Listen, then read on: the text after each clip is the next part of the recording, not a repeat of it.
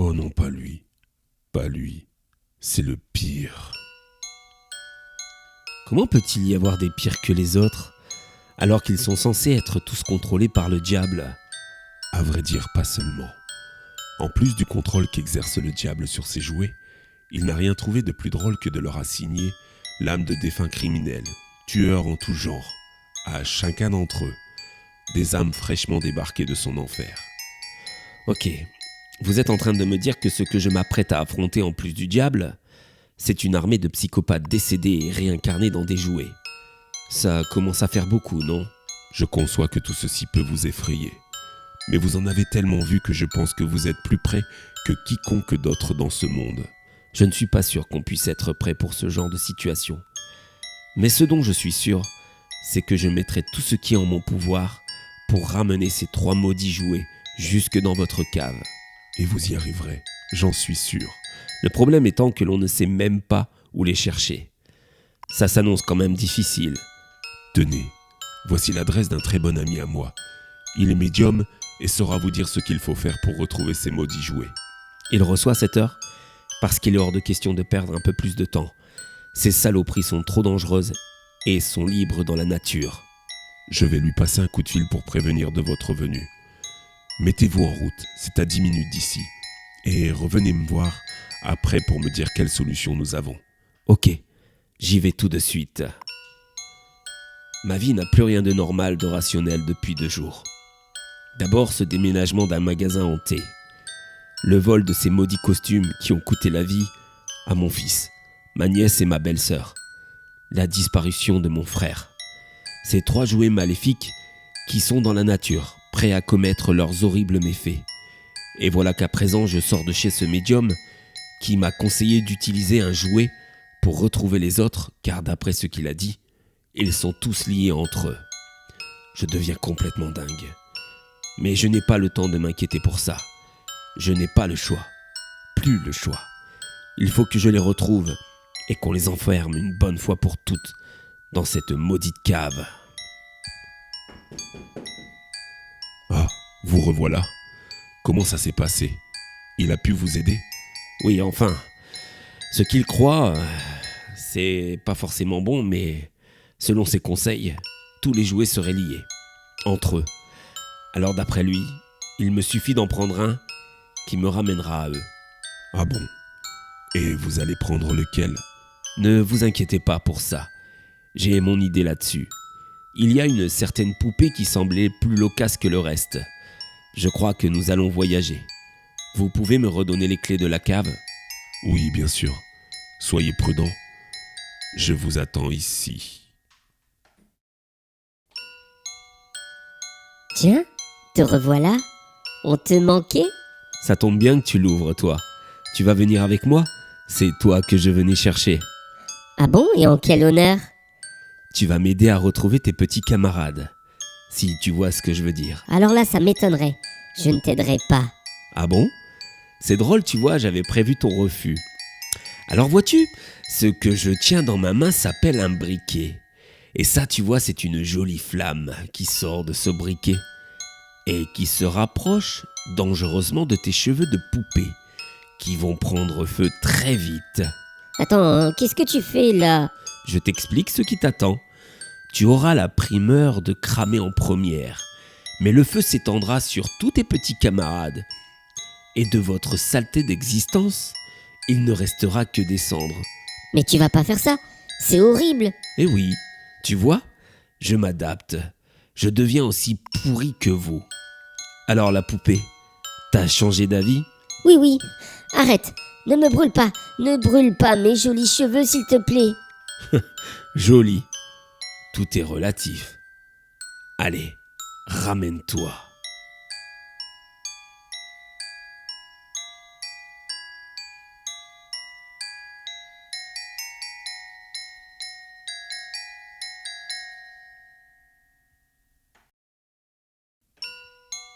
Vous revoilà.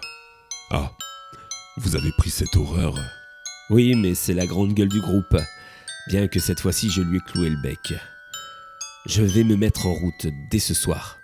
Vous ne voulez pas vous reposer un peu avant de partir? Non, Chaque minute qui passe laisse plus de temps à ces saloperies pour commettre des crimes. Je ne veux plus qu'un seul enfant soit leur victime.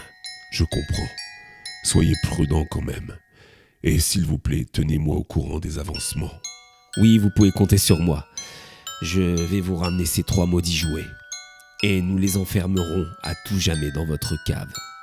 Ok. Faites attention à vous et bonne route. Soyez prudent. Ça va aller. Ne vous inquiétez pas pour moi. Et puis, je ne suis pas seul. Je voyage en bonne compagnie.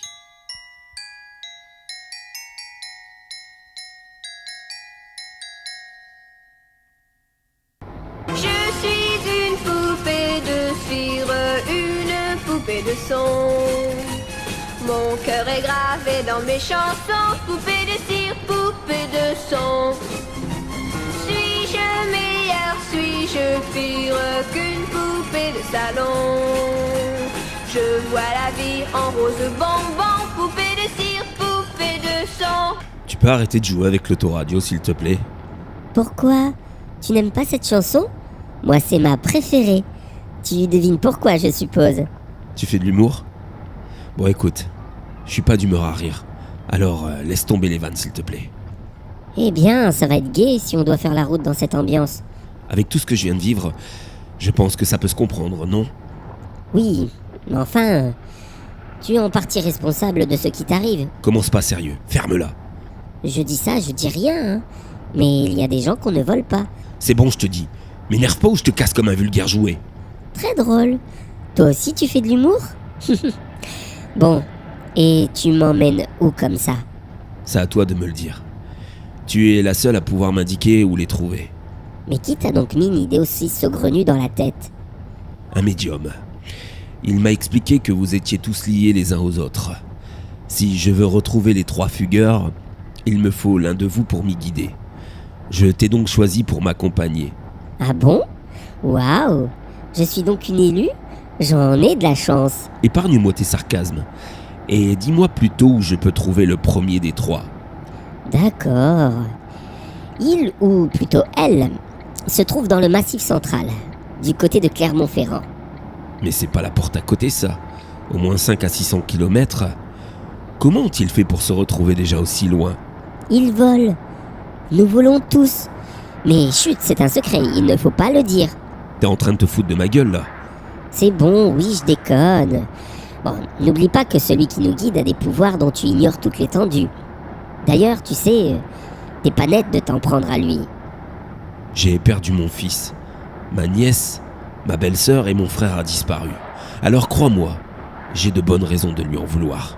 Et puis de toute façon, je n'ai plus vraiment rien à perdre. Tu sais, pour ton fils, je suis désolé. Je ne cautionne pas toujours ce que notre maître fait. Mais je n'ai pas le choix. Tu as un cœur, toi? Tiens donc. Et dis-moi, tu as déjà fait du mal aussi? Disons que j'obéis aux exigences de celui-ci. Et quand il exige des sacrifices, eh ben on est obligé de nous y tenir. Et de tuer des enfants innocents. Comment peut-on faire ça? Tu sais, les âmes d'enfants sont plus valorisantes car plus pures. C'est ce qui explique que notre maître adore celle-ci. Mais c'est ignoble. C'est une pourriture, une créature ignoble et abjecte. Waouh, tous ces compliments vont lui aller droit au cœur. Ça fait une belle jambe, tiens. Tout ce qui compte à présent, c'est de retrouver et ramener les 3 fugueurs à leur propriétaire et de vous enfermer à nouveau dans la cave pour l'éternité. Et tout ça le plus vite possible afin d'éviter les morts. Des morts de plus, ouais. Ah là, je peux malheureusement t'annoncer qu'il est déjà trop tard. Notre chère machine a commencé son carnage. Et dire que c'est la plus docile des 3. Qu'est-ce que tu racontes? Bah oui, on est tous liés, ne l'oublie pas. Et là, ben tu vois, je ressens une chose plutôt pas très jolie. Je vois un jeune garçon avec sa tête coincée dans cette machine. Et cette chère machine s'apprête à mettre en route son mécanisme, ce qui va provoquer une décapitation lente et douloureuse du gosse. Merde, il faut faire vite. Pauvre gamin, mais vous êtes vraiment horrible. Et encore, je ne vois pas ce que fait notre cher pantin, adoré, et que dire de notre Teddy, ce cher ours en peluche, le pire d'entre nous. Il faut absolument que l'on vous arrête. Vous êtes vraiment démoniaque, diabolique. Oui, c'est sûr. Allez, concentre-toi sur la route. Tu permets, je vais remettre un peu de musique et accélère là, car tu vois, il y a un gamin qui perd la tête avec notre chère machine Wash & Go. Et quelque chose me dit que le massacre ne fait que commencer. Je suis une poupée de cire, une poupée de son. Mon cœur est gravé dans mes chansons. Poupée de cire, poupée de son. C'est bon, arrête, je te dis. Mais c'est pour t'aider à te tenir éveillé. Tu t'endors là. C'est pas très prudent de conduire en état de fatigue avancée. Et c'est pas très prudent de l'ouvrir. Surtout quand on est une poupée de 50 cm de haut. 68 s'il te plaît. Je ne suis pas si petite que ça. C'est ça, ouais.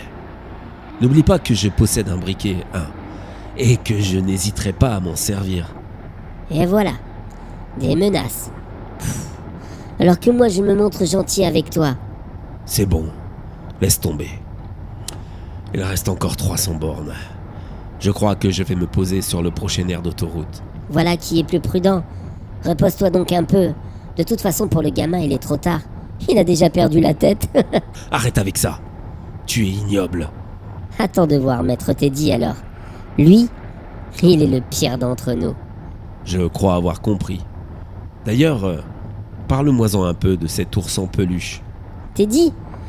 Ah, c'est notre idole à tous. On en raconte des choses. On dit que c'est le seul jouet qui n'est pas issu du magasin de jouets.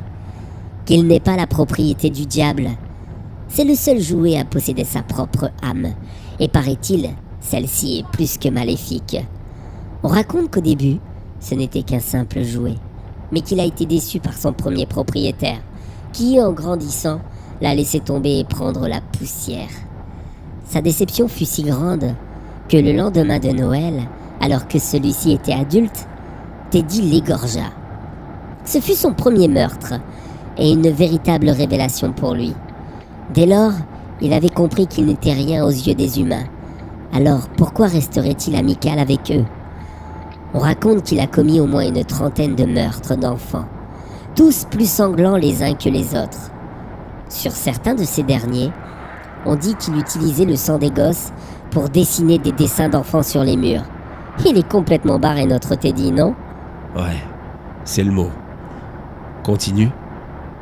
On raconte aussi qu'il a séjourné un moment dans l'autre monde. Ce monde si lugubre que même les plus courageux d'entre nous n'y vont pas. Il en est revenu encore plus sombre, plus fou, plus dangereux. C'est notre maître à tous, après Satan, bien sûr. Et tout le monde craint Teddy. Oh, mais tu commences à t'endormir. Bon allez, arrête-toi au prochain air, et dès que tu te reposeras, je te souhaite de faire des beaux cauchemars.